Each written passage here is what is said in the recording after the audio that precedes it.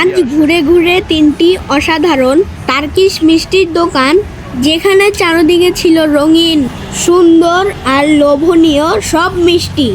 দোকানে ঢুকতেই চোখে পড়ল নরম টার্কিশ ডিলাইট, মচমচে বাকলাভা, নানা ধরনের চকলেট, ক্যান্ডি আর সুস্বাদু কেক।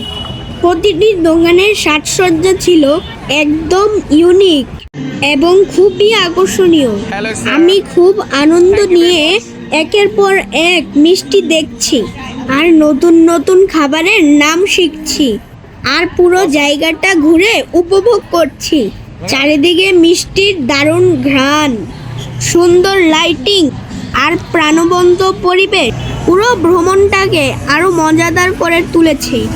আমার এই ছোট ছোট ভিডিওগুলো যদি ভালো লাগে তাহলে অবশ্যই কমেন্ট করে জানাবেন।